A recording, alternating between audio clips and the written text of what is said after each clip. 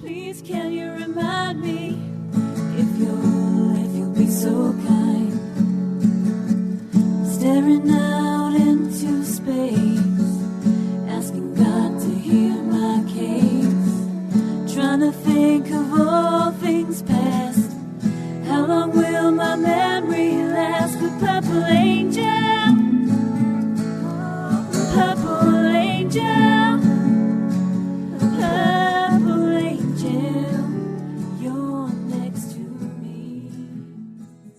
Welcome, everyone, to Alzheimer Speaks Radio. I'm Lori LeBay, the host and founder of Alzheimer Speaks. For those of you that are new, and I know that we're always getting new listeners, I'm just going to take a moment to tell you who we are and why we're here.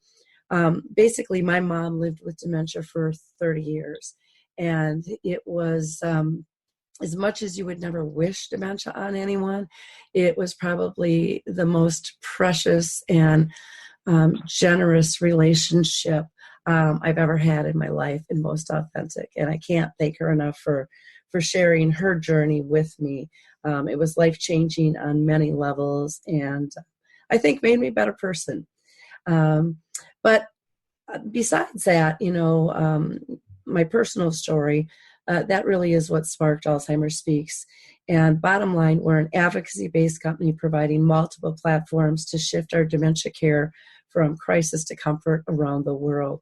We've become more of a media platform because of the multi surfaces that we use, such as we have a blog, we've got the website, the radio show, we do dementia chats, which are video interviews with the true experts who are those living with the disease.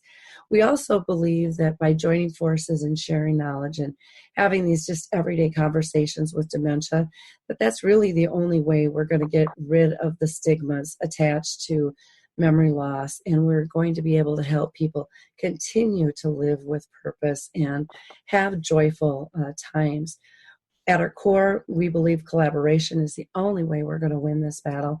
And I can tell you, I know it's working thanks to each and every one of you.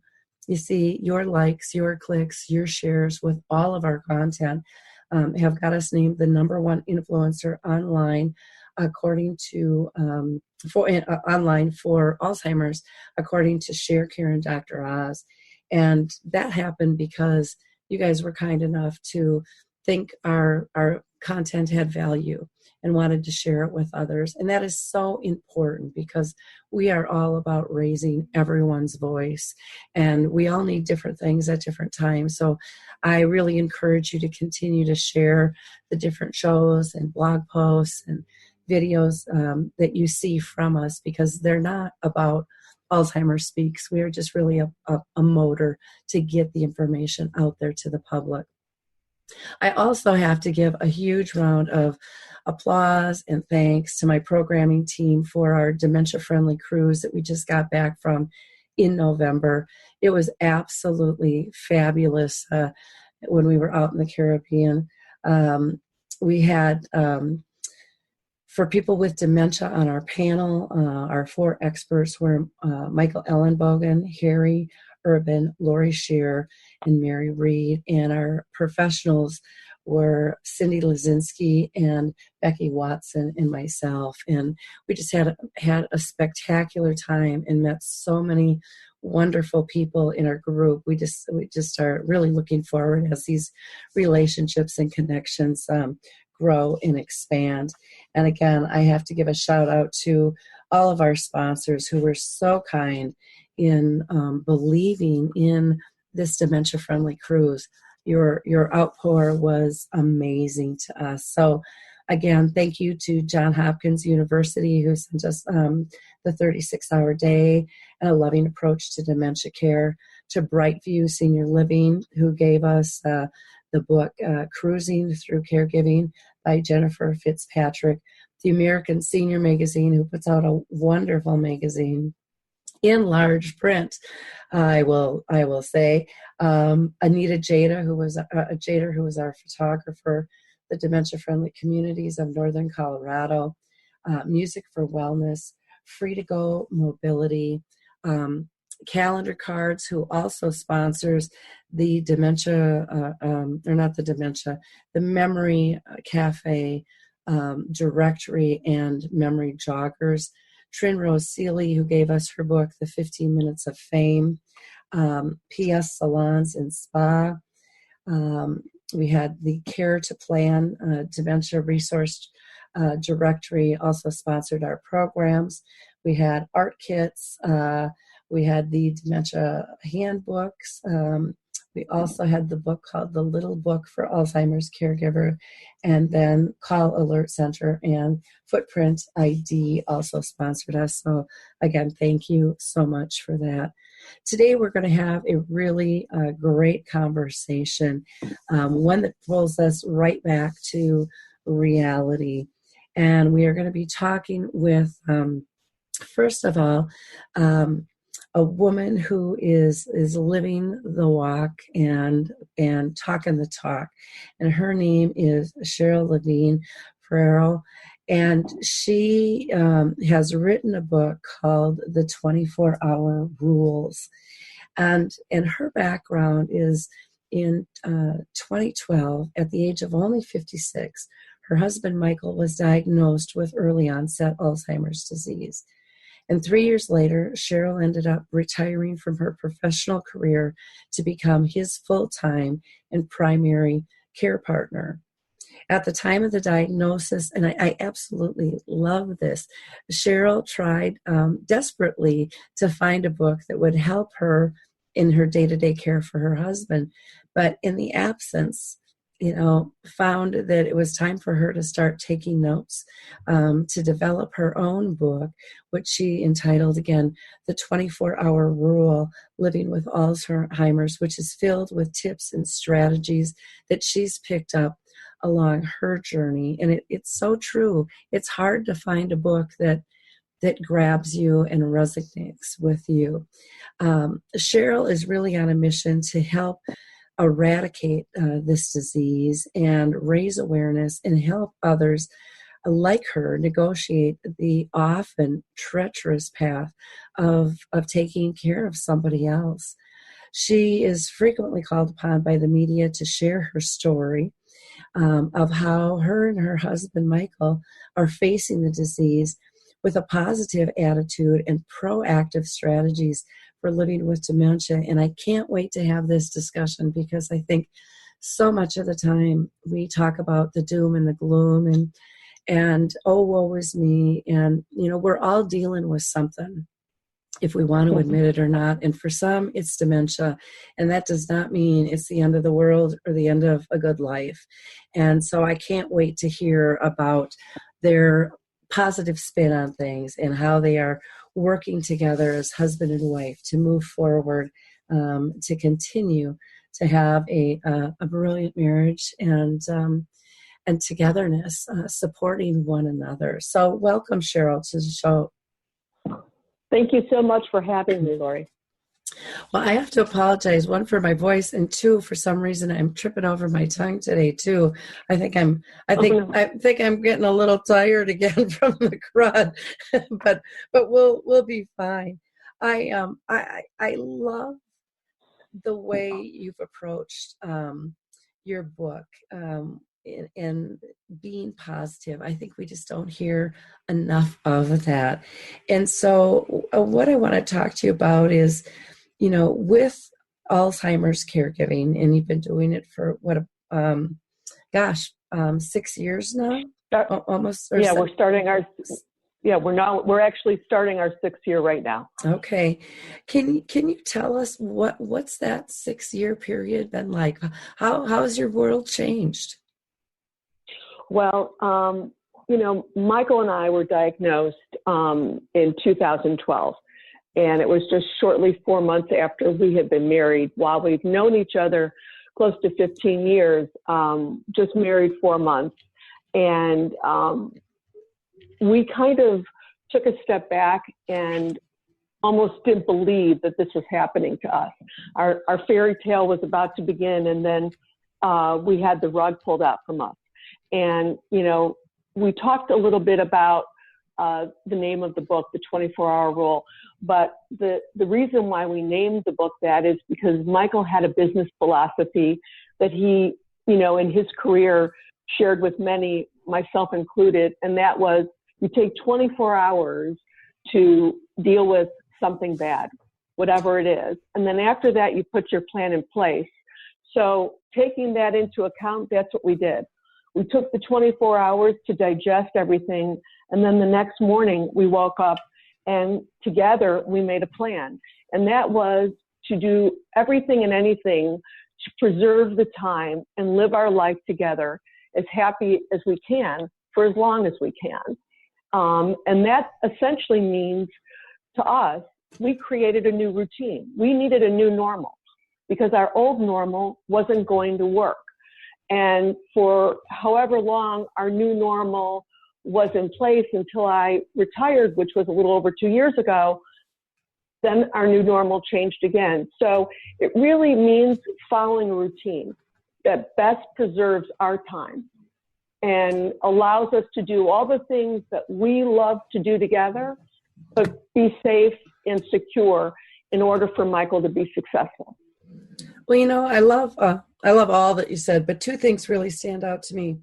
One is when you said Michael and I, were diagnosed. You share this diagnosis, and I think that is so important because yes, one person might be afflicted with a specific gene or chemistry or medical diagnosis, but it doesn't just affect one person. And, we have learned as society to live with cancer and diabetes and HIV and all these other things, but we have still a very long way for most people to accept that this is just part of our dynamics. The other thing that I loved was when you talked about Michael's philosophy and yours about, okay, you got 24 hours to look at the problem and then move forward. Don't dwell on it. Don't go down the rabbit hole. Just let's get to our next new normal. And I think one of the things that people forget so much is we are always adapting. We are always changing. And there are many ages and stages of life. And this is just another one. It's not the last one. It's just another one. So for you two, you've been through two stages with this already, one being the first diagnosis, and two, and you've probably been through others as well, and then two, when you decided to retire, and you're still living with this and adjusting. And, if people would just take that in and look at it in that positive light of, this is how I've always lived my life. This is just another facet that I have to apply it to. I think we could move that needle so much further. So I love what you're doing and just what you said in the first couple of minutes of the show. So thank you. Thank you. Thanks. Yeah. Well, and you talk about living with the illness, and your comment is very, point on. And that is so many people don't want to tell people about the illness. They want to hide the illness. It's the stigma that gets attached, and that stigma is very real. Yeah. And from a standpoint of living with it, people feel they can hide. They can, laugh it off to saying they have a senior moment, or, oh, we all forget this, or we all do that. But when those become a routine, mm-hmm. and that routine becomes noticeable, and believe me, everybody notices what you believe you feel you're hiding and that you don't want to share. But by doing that, I think you build that wall that's so high for you to get over, that when you're really ready and need to share it, people don't know how to react to you. Yeah, no, I totally agree with that. Plus it's, I was on the journey with my mom for 30 years. And so, I always tell people that, if we would have given up, if we would have followed what the doctors told us, go get your affairs in order, and plan for the end, we would have lost 30 years that were magnificent. And how sad is that? But, people they just need to embrace this. With my family initially, Mom didn't, she was trying to keep it herself because she was still working. She didn't want to lose her job and various things. And she did all these kind of modifications. And then we found as a family that we didn't talk about it much. But, 30 years ago, nobody talked about it. And we didn't really know where to go for help. We didn't, we were just kind of lost souls. And what I found was, as a family member, I would get really frustrated with friends and even other family that didn't know, because they would want things out of my mom that she couldn't give. And yet they didn't know anything had changed, because she seemed the same to them in the early stages, but they didn't see the behind the scenes stuff. She could reminisce and have the conversations and go, it was very social. And then I got mad at them, and I had no right to get mad at them because they didn't know, because we didn't tell them. And that just hit me in the face one day. And, and we had some friends that dropped away. And again, those were really good friends that I think if they would have known, wouldn't have pulled away. They knew something was off, but probably, they didn't know what. And so I blame ourselves for that. I think it's important for people to speak up. We've got to change the face of this disease. No one else is embarrassed about a disease that they get. Why should someone be ashamed of having dementia? It's not like you said, sign me up. It's not like you did any certain behaviors even to get it. There's. Go ahead. It's very true, but I will just say to you, some people even have a stigma with just the name Alzheimer's. They'd rather say they have dementia versus saying they have Alzheimer's. And for a long time, the Alzheimer's Association was thinking of changing their name. I had heard that multiple times, but, there are two groups of people that go away. The group that's what I would call ignorant and fearful. And then the other people that just don't have the capacity or empathy to be there with you through this journey. And I understand fear, and the fear comes from the lack of education. Mm-hmm. It's not contagious, but there are people that need to distance themselves because it's too uncomfortable to watch. It's not like watching somebody with cancer go through a bad chemo session. It is totally different. This person is losing themselves right before you. Yeah. And they don't even know they're losing themselves, which makes it more painful to watch. Yeah. Yeah. Yeah. And I agree. It's not everybody's cup of tea, but I think we can get a lot more people involved if we take the scary out of it. I agree. And I think that's changing. I think we still got a long, long ways to go, just with the verbiage and stuff that we use, calling things behaviors instead of reactions or signals. They're just communications. And we all react, and we don't always behave the best. And yet we don't want someone to shame us and say, well, that was bad behavior. But we do that to people with dementia all the time. And a lot of times we're the ones that cause the problem in the first place. But we're not looking deep enough within to even know that, or broad enough in environments or whatever it might be. So, very, very, very interesting. Can you tell us, what do you think are three of the biggest challenges on a day-to-day basis that people face when they're living with dementia?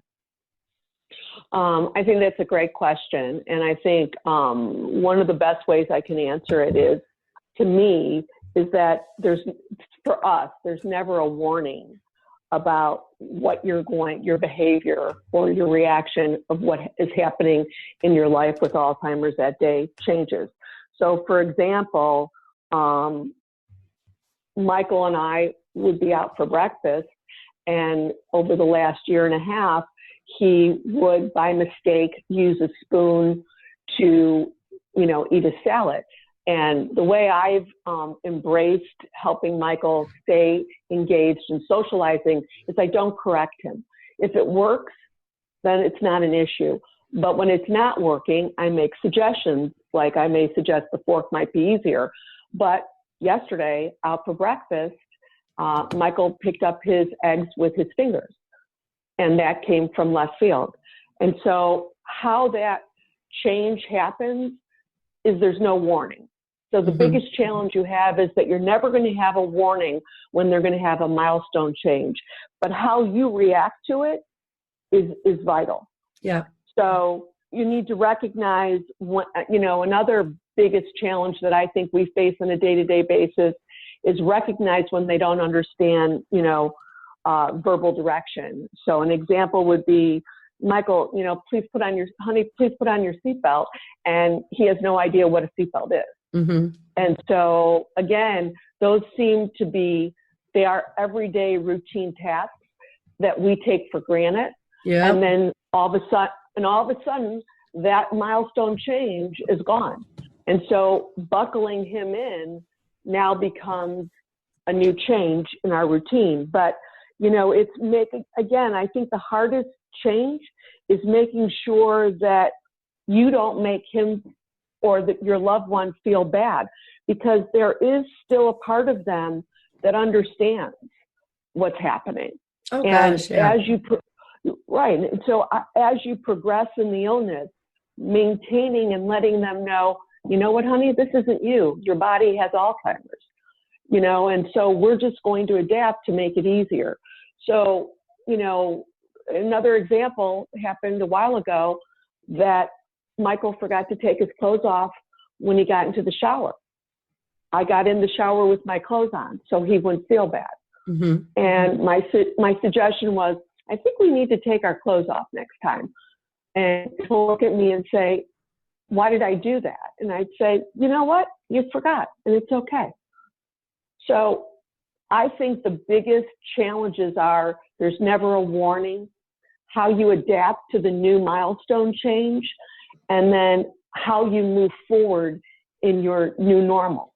Because your new normal changes. Sometimes it changes in the same day. Sometimes it changes in the same week. There's just no warning.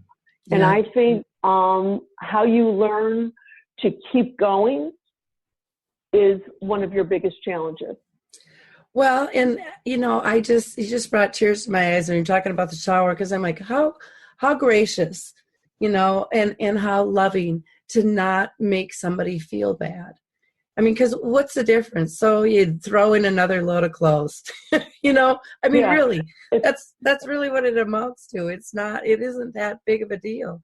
And yet we get so irate sometimes, for those things, because we think it has to be a certain way, and it really doesn't. And you've kept him calm, you've kept yourself calm, and there's nothing worse than that stress or that friction, and you're doing everything in your power to release that and push it away. And that's just such a beautiful, beautiful way to look at it. We're a good team. Yeah. The other thing is, with the eggs, it's like in a lot of cultures, they don't use silverware, but I know I've seen that too. Or I'll even tell you a story when my mom was in a nursing home. She was, pretty high functioning in the beginning, and even though she couldn't pick out her clothes and stuff, socially she was very high functioning. And she used to get so mad at people when they would eat with their hands, and she was so fearful of that happening to her. And it was like, Mom, it's okay. There's nothing wrong. But she was just so afraid of that. And yet, I look around at all the different cultures and the way people eat, and you look at the sensory connection now of how the eggs feel. It's more than just food. But we've been trained in America for a certain way. And, it's I think great just to be open to all the variables and just have them be able to have that calming voice. The other thing I wanted to mention is, I don't know if you're aware of, but you might want to get involved or help spread the word. There's a organization called the Purple Table Reservation. And it's a gal who's, I believe her mother had dementia, and her husband own a restaurant. And they now have put a training program together for restaurants so people can call in and just say they want a purple table. And there's nothing different about it, but the staff that will attend to them are trained to work much easier and more respectfully with those with dementia. And it's just it's a pretty phenomenal thing. They've got it set up where people can check by state, and they've just started out, so they think they only have 4 restaurants in on it right now. But, to allow people to be able to go, because so many people say, as the disease progresses, that they stay in, and they shouldn't have to stay in, and so I'm just trying to raise awareness of that. And your the food thing just brought that one up to me, so I wanted to mention that to them. But one of the things, I'm not familiar with that, but that's phenomenal. It's very new, very new.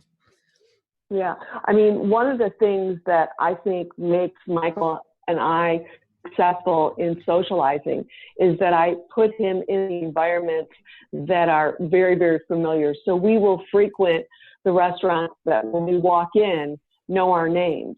Mm-hmm. And then the ones that may not know our names, and maybe we may walk in, but whenever I make a reservation, I'll always say, I just want you to know my husband has Alzheimer's, and so we prefer to sit in the bar, or we prefer this, or we have to come early at that time.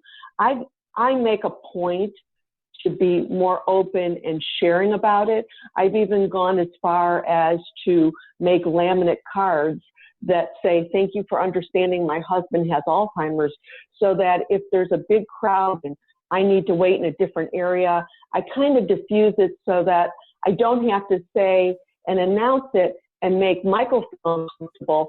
Or if he's talking to someone and the words aren't coming out, mm-hmm. I can just put this laminate card on the table.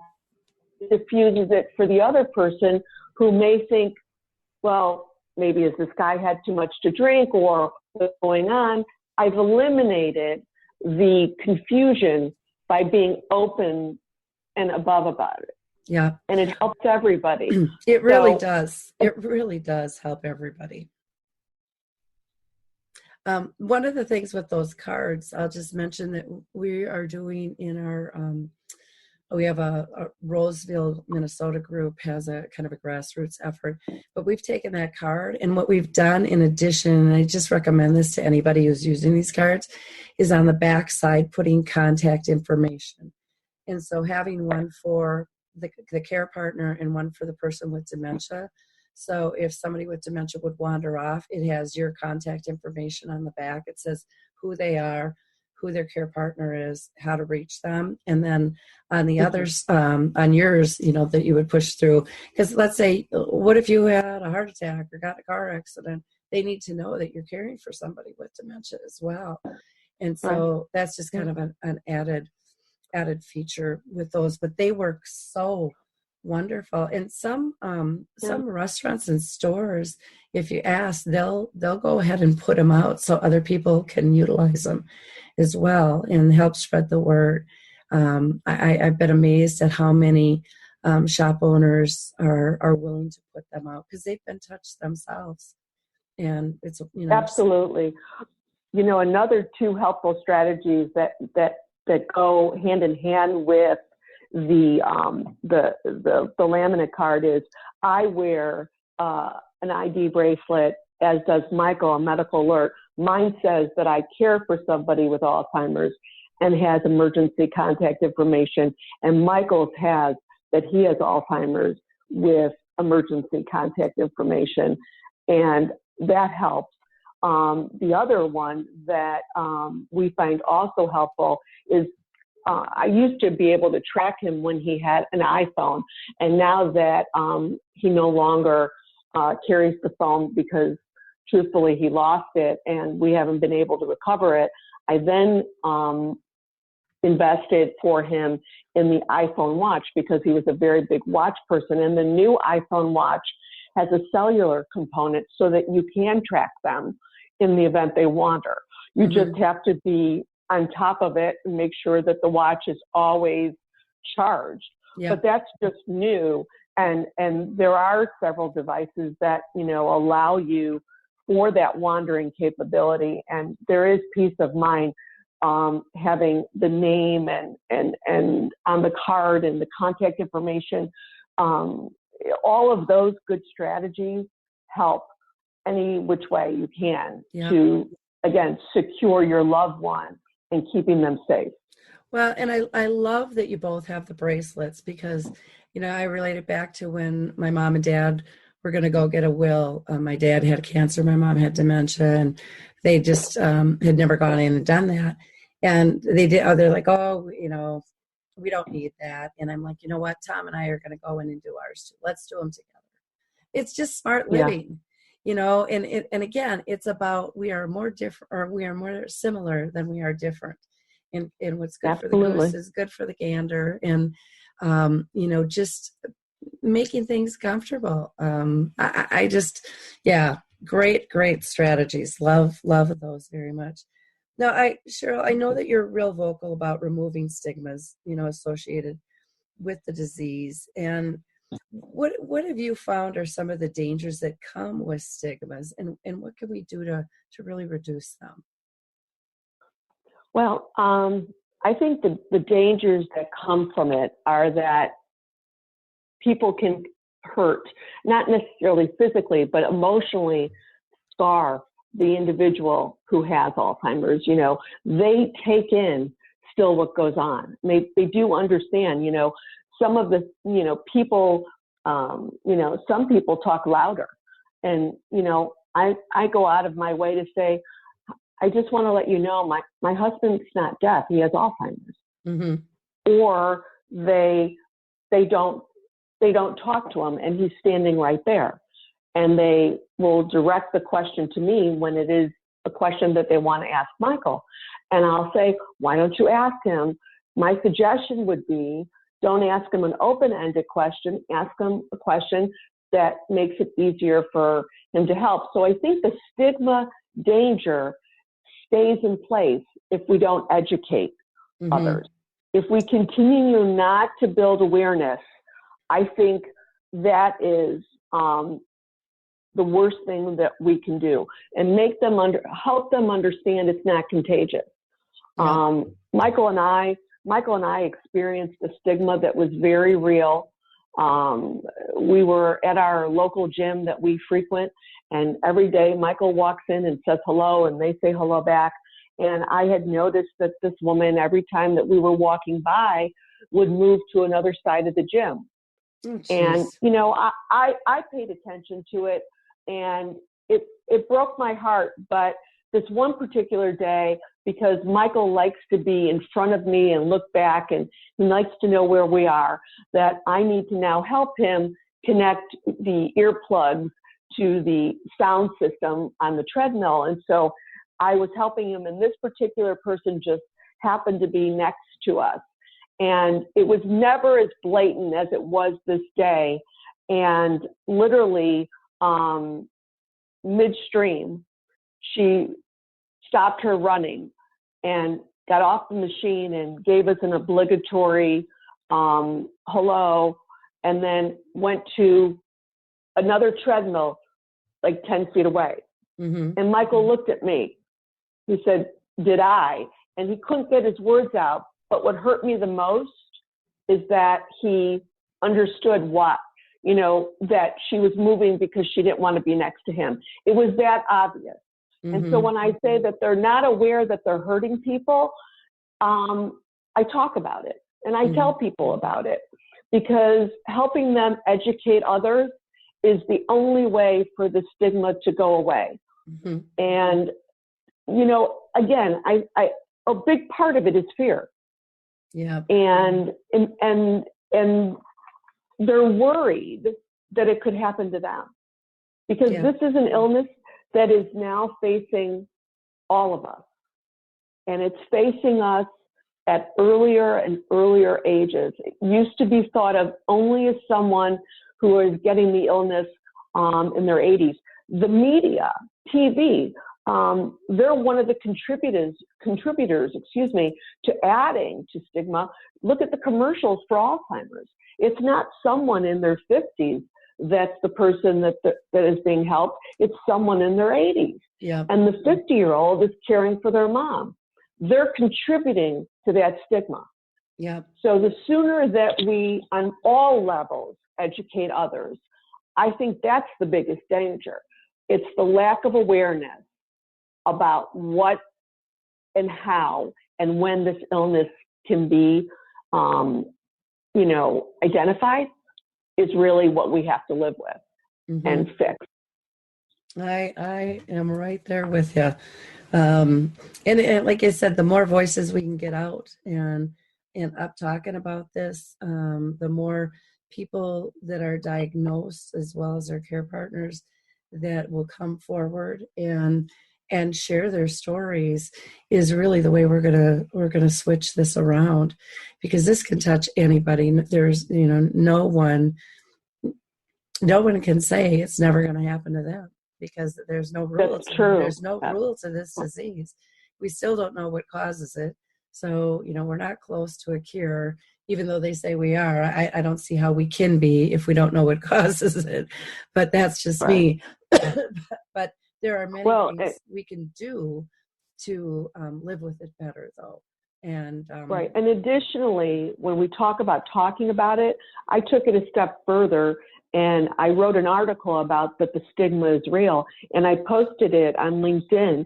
And a few weeks after it posted, a woman who I had never met before but recognized me from our gym and just from being in the neighborhood came up to me and told me that I just wanted to tell you I read your article. Someone forwarded it to me. And I'm so thankful that you wrote about it, because my mother had the same problem. And then she shared it with somebody else. So again, I think the way that Michael and I, as our team, approach how we are living with Alzheimer's, it helps others understand. And then those people can help educate the ones that are afraid. Yeah. It's almost like 6 degrees of separation. Yeah. Well, it's giving people hope, and Absolutely. And just even being able to tell people, because there's been so much shame with this because of the stigmas. People are afraid to talk about it, but when they find somebody who's willing to tell them the good, the bad, and the ugly about the disease, because nothing's perfect, everything isn't rosy all the time, they feel very comfortable. And it makes them feel more comfortable. That's one of the things I love about, I don't know if you guys have a memory cafe around you at all, but those are absolutely fabulous. And therefore, the person diagnosed and their care partner, and it gives them a social outlet. And, the disease pulls everyone together, but it kind of takes a back seat, because we talk about all of life, and I love going to them as a facilitator. Half the time I leave there, my cheeks are sore because we've laughed so much. I mean, they're just a brilliant, non-scripted route. It isn't. There's not an agenda. It's a gathering of people, because you don't have an agenda when you get together with friends, and it's all about building camaraderie. And they're just brilliant. Do you guys have any around you, or have you? I'm not familiar with them. No. So I'm going to look for one, because it sounds incredible. It would be an incredible experience. They are. I'm definitely going to research that. Well, go to memorycafedirectory.com, and you'll get a full list of where they are. They're really easy to set up. I'd be more than glad to talk to you about them. Most of them are grassroots. They're not funded. It's just finding a spot and gathering people. And people just say over and over, it's their lifeline.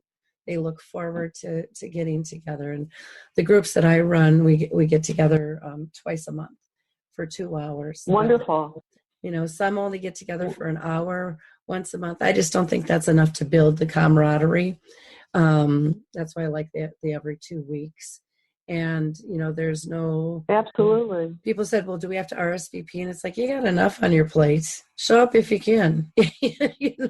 Right. It's like, Exactly. this isn't we accept everybody where they're at. And they learn from one another, and they share just these brilliant stories of how they care, and resources that they find. And, they talk about their grandkids and vacations and holidays, and just the car broke down or the cat got sick. I mean, just the stuff you talk about with friends. They're really cool. Really, really cool. That's great. I will definitely look into it. Yeah. I am always helpful. I'm always open to embracing new ideas. Great. The other thing is, since you've been walking this path for so long, and you're starting to speak to different groups about how caregivers can really take care of themselves. What are some solid self-care strategies that you can share with our audience? Well, again, another great question. I'm really a strong proponent of making sure that you're not afraid to admit when you've had a bad day. Mm-hmm. So, part of knowing when you need to take care of yourself, because you can only be so good for your loved one unless you're good for yourself. Yeah. So, again, we talk about routine, and we follow the routine for both of us to make us both feel good. Clearly making sure you're getting enough sleep, but spending time with friends, and figure out how to surround yourself with a trusted, close circle of people, both family and friends. And then conversely, remove the ones that don't support you. Mm-hmm. Because this is a tough enough illness as it is. The last thing you need to be is criticized or be victim to someone's making foolish statements that they don't realize that they're hurtful. Yeah. And rather than educating them, I'm not saying walk away from people, but you have a limited time to spend where your life isn't stressful. And if you're taking care of yourself, surround it with people that are going to make you feel good. So on a routine basis, Michael and I exercise every single day. Sometimes we do it together, sometimes we don't. I play mahjong now, I play canasta, and sometimes it's just getting my nails done. It's all the little things that you shouldn't take for granted. But I think the biggest and most powerful thing you can do for yourself is knowing when to ask for help. Mm-hmm. And not be afraid to ask for help, and admit to yourself that you can't handle it. And because I have such a great circle of family and friends, they needed to say to me, you need more help. Mm-hmm. So recognizing when you don't see it anymore, it happens to all of us as caregivers, because we're too close to it. Or we'll say, he's not that bad yet. You're not even seeing sometimes when that person's getting worse and you're looking more stressed. And making sure that you create the right environment for everybody, not just Michael, because again, we have Alzheimer's. And so living in that understanding is just as important as taking care of Michael. It's taking care of myself or anybody who's caring for somebody with Alzheimer's. Yeah, that is really good advice. I remember I pushed away my friends because I was too busy taking care of my mom with dementia and my dad with brain cancer. And I had the best girlfriends though.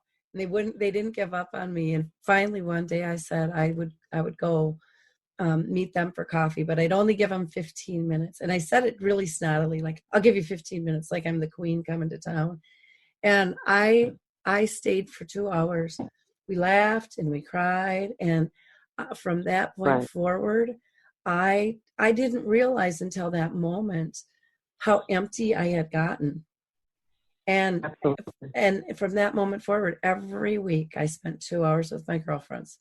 And we just had coffee and we just talked about life. And to get filled, because we can't, nobody can give it all away. You have to have balance, and that balance comes in different forms, just like you say, with the new normal. You have to find it, where is it? And there's nothing wrong with finding it in different ways, as long as it's healthy and safe for you.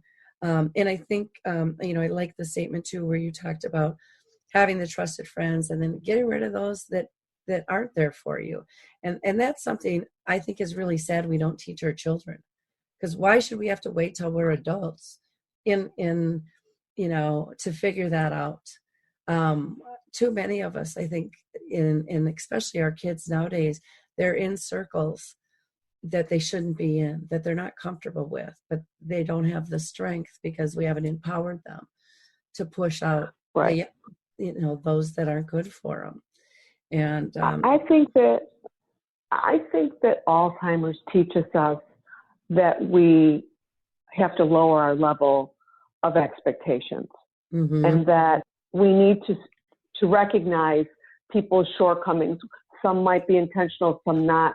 But, one of the other most important things, and you talked about it, you touched on it, Michael and I laugh together and we cry together. And I'm not afraid to tell him when I'm scared. And he's the voice in the back of my head.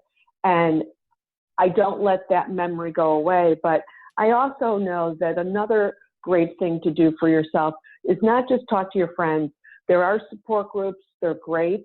But also, don't be afraid to go talk to somebody independently if going into a big group and sharing your story with many, because some people are very private. And I remember going to my first support meeting, and why I chose to go a different route was based on the outcome of that meeting. And a story to share was that I'm not angry. Michael didn't do this to punish me. I'm not mad at him, but it is a common response that a lot of people who have been married, 30 plus years or 40 plus years are now forced into a different situation, and they're angry. And I understand the anger. But when I went to this meeting, I witnessed this individual being very upset, saying, why do I want to do this when my life is ruined? And I recognized then, and I was the youngest in this room. At the time I was, 50 years old. And, I was one of, the only people who was in their 50s. So I recognized then that the support groups were not geared for early onset. And when early onset, I'm not just referring to the earliness and the illness, really the earliness of the age. And so therefore, I've elected to go to talk to somebody privately. However, I do speak at many care support groups, and I'm always positive and welcoming the positive things that come out of those meetings, but I'm also very accepting and understand the negatives that come out of those meetings, because that's their venting mechanism. And regardless, that helps them. And for that, I'm thankful that they're going. You just have to pick, and knowing where to go is to take care of yourself, knowing what's best that's going to be best for you. Because what may be good for another person, may not be good for you. Yep. And that is such wise advice. It's, everything doesn't work for everybody. And what works today might not work tomorrow, or it might not work 5 minutes from now. Absolutely. And that's okay. I loved what you said too about, and you didn't use this term, but, getting off our high horse, lowering our expectations. Right. We have gotten so nitpicky out there about everything has to be perfect. And, this competition with ourselves, with others. And it's gotten to the point of not being healthy. And, I always tell people perfect doesn't exist. It's you can't duplicate it.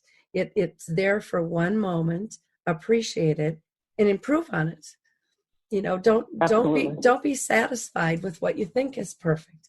And don't strive to be perfect, because life isn't perfect. Something's going to come and jam you up somewhere along the line.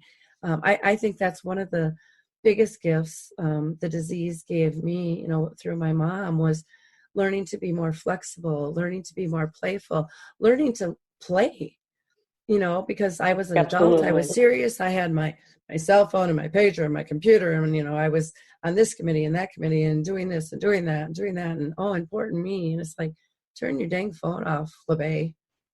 Shut up and sit down and don't say a word and just revel in the presence of your mom. And it's those simple moments. It's those simple moments where you don't necessarily have to do anything. You just literally have to be present with somebody you love. It's not about filling air and talking or doing an activity just to be busy. Nobody likes busy work. And a person with dementia is no different.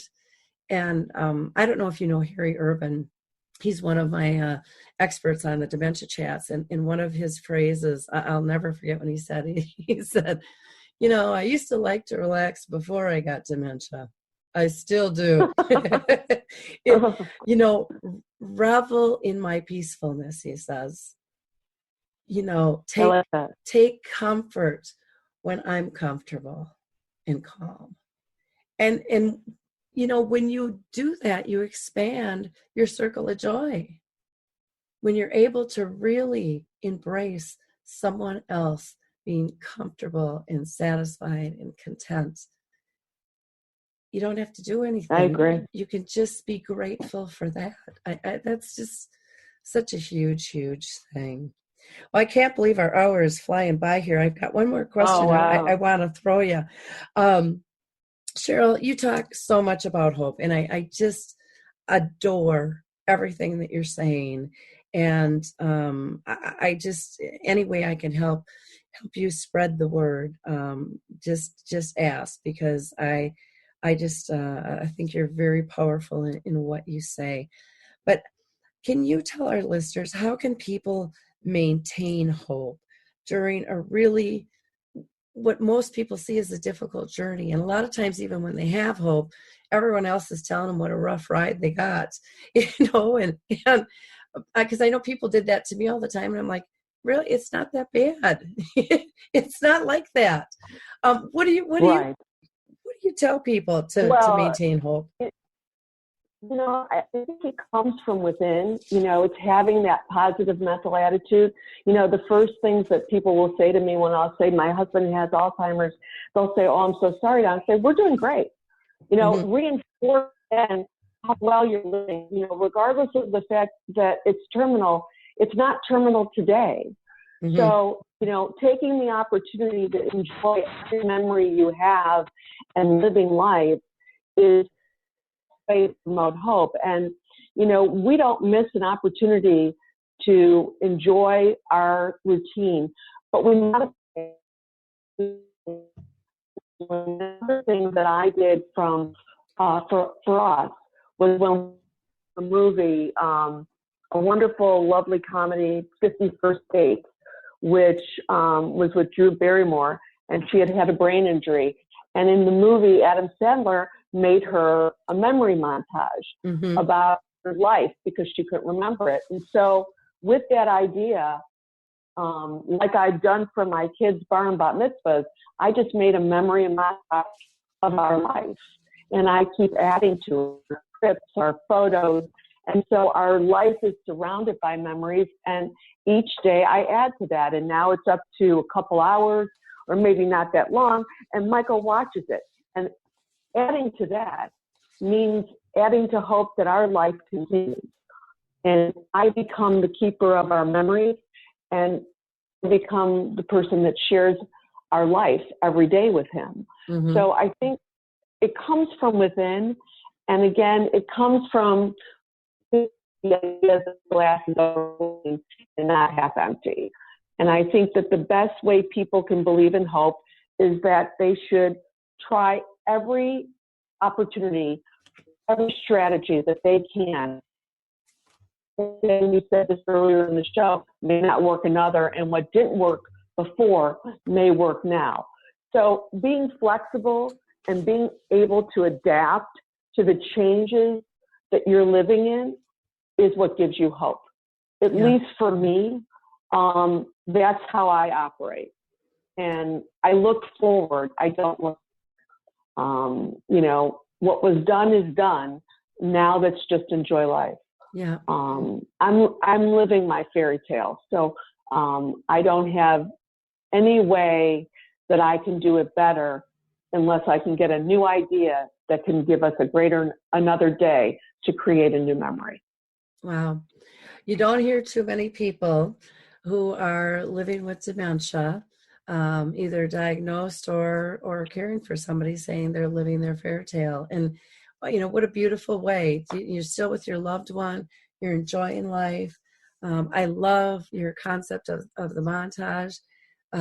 When I think of that, I think, probably a lot of people wouldn't have gotten divorced if they would have pulled something like that together and reviewed that when they got angry and upset, because there was something there to begin with, or might help them get on track for what was needed. Well, Cheryl, this has just been a wonderful, wonderful conversation, and I can't thank you enough for the work that you are doing to really have a huge impact on people. And your book, The 24-Hour Rule, I just highly recommend people run out and get this book. Thank you. Just from what you have told us in just this brief time, I think will be life-changing for many of our listeners. And thank you. And I know the book, has so much more in it to offer. And so I thank you and Michael for your brilliance and the way you've worked together as a team, that you're looking at this as your diagnosis together. I just think makes so much sense. Nobody should be in this alone. So now, best way for people to get a hold of you, Cheryl, is via your email and phone. Is that correct? They can reach out to me via email, or I'm happy to give them my mobile number. I am open to talk to anybody, whatever I can do to help in any way. Okay. And so I have C. Levin-03. That's CL. Let me just. Oh, it's not. Levin-Folio. So it's Cheryl Levin, LEVIN 03 and my mobile number is 847-525-7104. Oh, thank you. And I apologize for mispronouncing your name. Oh, don't be silly. For some reason, and I'm looking straight at it, there's no E at the end. So I totally pronounced it wrong. But thank you so much. And I wish you guys the best of luck. And, I'd love to have you back on the show and hear how things are going as things progress. You're doing wonderful work. I would love that. Great. Well, thank you. In wrapping up, I just want to remind our audience that all of our shows are archived. We've been doing this, since 2011. So we've got over 400 shows for you to go back and listen to. We just had on Dementia Raw with Kathy and Tammy that are just filled with great insights. They just came out with a brand new book themselves called Start With Yes, that again is just a great way to help you communicate and engage and live with joy with the disease. Dementia Chats, the last one that we had posted, and all of them are listed on our website there. It talks about, do experts and care partners really know what the person with dementia wants? But there's a variety on there, from going to the doctor and getting diagnosed, to dealing with pets and technology, getting angry, depression, the whole 9 yards. So feel free to go ahead and listen to those. Again, I want to thank all of our listeners for sharing our Alzheimer's Speaks Radio along with our other programs that we offer. We'll talk to y'all soon. Have a blessed week, everyone. Okay. Bye-bye. Thank you so much. Bye-bye. Thank you. Bye. Hi, everyone. This is Meredith from the Senior Fitness with Meredith podcast, where I discuss all things for seniors. From fitness, your health and wellness journeys, how to be all over strong and beyond. I also have my mini podcast called Motivation with Meredith. It's a great, quick motivational pick-me-up for your days. Join me, listen now, search for Senior Fitness with Meredith on your favorite podcast platform.